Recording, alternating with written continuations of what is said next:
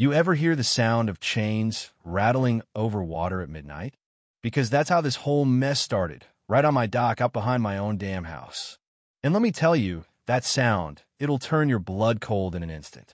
I peeked out the cabin window, and there she was, Karen herself, our fearless HOA president, out there on my property with two of her cronies, yanking at the ropes on my boat like she was some kind of sheriff in a made-for-TV movie. Flashlight darting around, whispering orders, pointing at my boat with that same finger she's used 100 times to tell me what I could or couldn't do on land my family's owned since the Carter administration. You know the type. I did what any self-respecting, slightly paranoid guy would do after months of Karen drama. I grabbed my phone, started recording from the shadows. Her voice was crystal clear on the camera. He thinks he can ignore HOA rules. We'll just impound it for him, like she was starring in her own episode of HOA Justice, Lake Edition. If only she knew the dock was wired tighter than a Vegas casino. Motion sensors, GPS, and a little extra surprise tucked under the seat cushions, just in case. Let's just say, I've been waiting for her to pull something like this. She struggled with the mooring lines, cursing under her breath, nearly slipped and fell right into the lake. If only she had, right? Meanwhile, I stood there in my kitchen, mug of coffee in hand, feeling more like a fisherman than a victim, just waiting for the trap to close. By sunrise, the dock was empty. My boat was gone. All that was left was a frayed rope and muddy footprints. A real midnight mystery, if you didn't know better. Old Tom from across the cove, bless his nosy heart, called right on cue. "You know your boat's missing?" he croaked. I put on my best act. Missing? Are you sure? Like I hadn't just watched the whole circus act play out in real time. Tom grunted and told me he'd seen the HOA truck towing it out at 2 a.m. Karen was riding shotgun, looking prouder than a cat with a stolen chicken. I thanked him, hung up, and strolled down to the dock, faking outrage, pretending I hadn't planned every move. Here's the thing. Karen didn't just want to teach me a lesson about marina aesthetics. She wanted my boat because, in her eyes, it stood for everything she hated. Independence, not playing by her rules, refusing to ask permission just to enjoy my own damn lake. She thought she'd finally won, but the truth is she didn't realize she was smack dab in the middle of the dumbest mistake of her life. By lunchtime, the HOA Facebook page blew up. Karen posted a photo, her standing next to my boat in the impound lot, sunglasses on, that $1 million grin plastered on her face with a caption, "HOA Justice Served." Half the neighbors cheered, the other half watched in horror, but none of them had a clue that as soon as she towed that boat, she'd crossed over in a straight-up theft, and I had receipts for days. GPS data, video evidence, even her signature on a phony HOA tow order. Every single breadcrumb was leading the sheriff right to her door. So I spent the afternoon feeding the story, filed a police report, sent everything to the county, knowing it was just a matter of time before Karen found herself neck-deep in a swamp of her own making.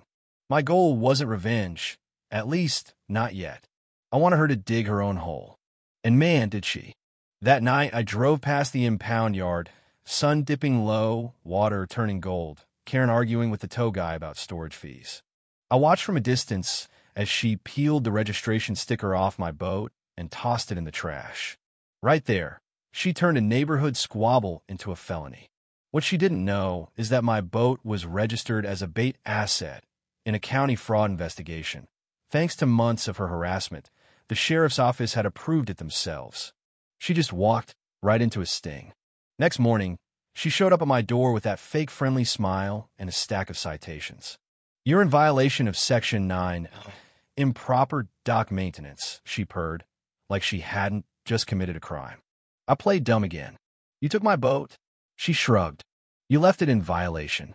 It's HOA property now, pending review." And I could barely keep a straight face. "So it's your property now?" She nodded, all proud. Every second recorded on my doorbell cam. Every word, another nail in her coffin. Sent it all straight to my lawyer. His reply? She just admitted to theft. By sunset, the sheriff showed up at her place with a warrant, and the whole neighborhood turned out to watch. Phones out, Everyone whispering while Karen argued on her porch, sputtering about procedural errors, the same bylaws she'd used to bully half the county, now turning on her. The sheriff called me later, half laughing.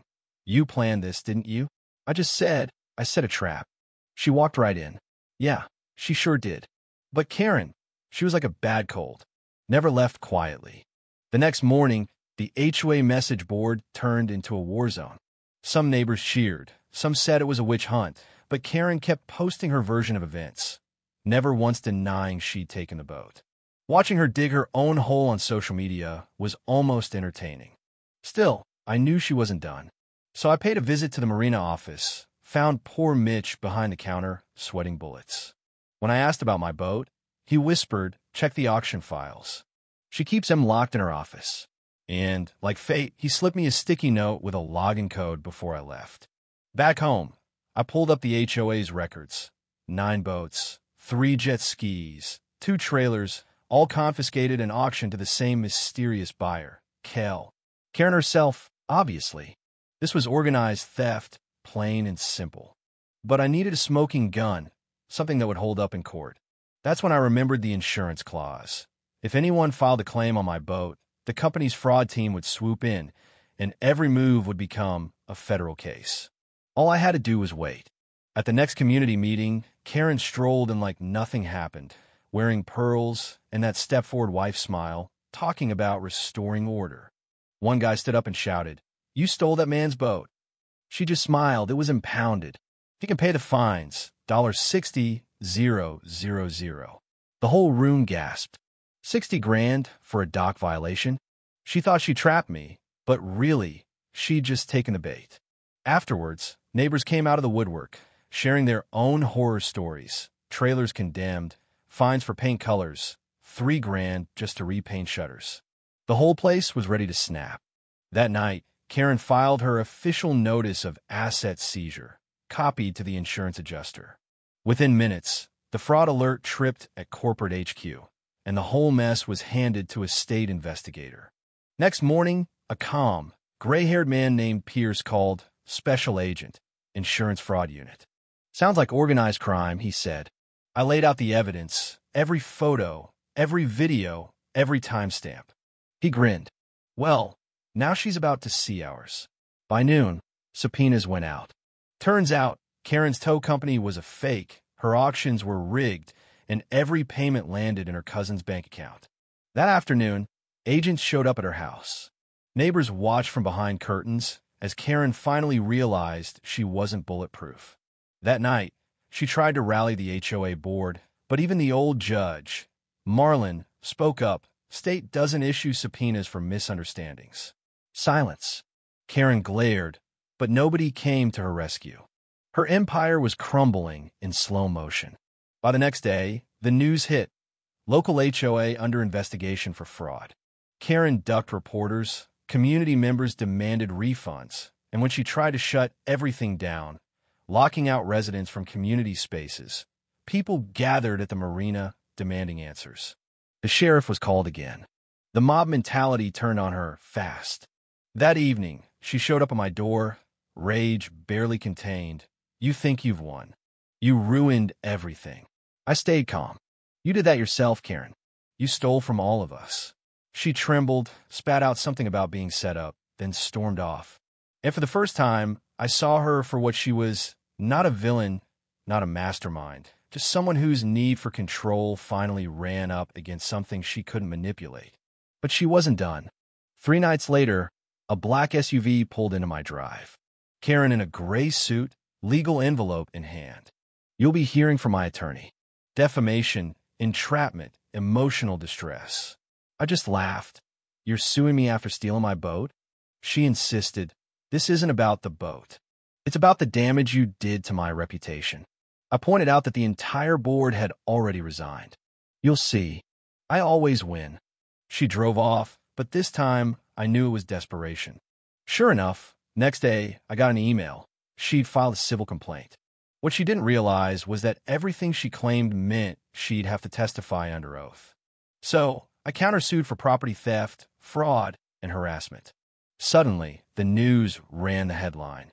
HOA president and homeowner prepare for courtroom showdown. The courthouse was packed. Karen arrived late, camera ready. Her lawyer rambled on about emotional distress. But when it was my turn, I handed over the flash drive, every bit of evidence, right down to her Facebook post. When the judge played the tape of her saying, "We'll just impound it for him," the room went dead silent. Even her lawyer winced. Then came the auction files, the bank transfers, the shredded documents. Her whole scheme lay bare. The judge leaned in, asked quietly, "Did you or did you not remove the boat from his private dock without consent?" For the first time, Karen had no answer. Just silence, stretching on and on. The ruling didn't come right then, but everyone knew how it would end. As I left, the local news swarmed me, but I just smiled for the camera and walked away. That night, the lake was still. The sheriff delivered my boat back, almost pristine. "You got it back in better shape than most," he said with a grin. Karen's house got raided the next morning. Agents seized boxes, computers, everything. Turns out, she'd been laundering HOA funds across multiple counties. The news called it the largest HOA fraud ring in state history. The irony? The same trap she built to control others had snapped shut on her. A few days later, the sheriff confirmed. Karen had disappeared after abandoning her car north of town. Some said she crossed the border. Others claimed she'd gone underground. But it didn't matter. The spell was broken. The HOA dissolved. Folks started fixing their houses, repainting, laughing. Kids played by the shore again. But every now and then, I'd get a letter, no return address, just a photo of my dock, or a message like, "Now it's yours." One night, a figure appeared on the far shore. Maybe Karen, maybe just a memory. I'll never know. The truth is, her kind of obsession doesn't vanish. It just waits, lurking like a ripple under still water. And maybe that's the real lesson here. Some traps never stop working. Not even after the one who set them is gone. They're just waiting for the next person who thinks they can control everything. So what do you think? Was I right to fight back the way I did? Where's the line between justice and revenge? Drop a comment below. Tell me your take on HOA power, neighborhood justice, or share your own story. Because in places like this, the real stories are never finished.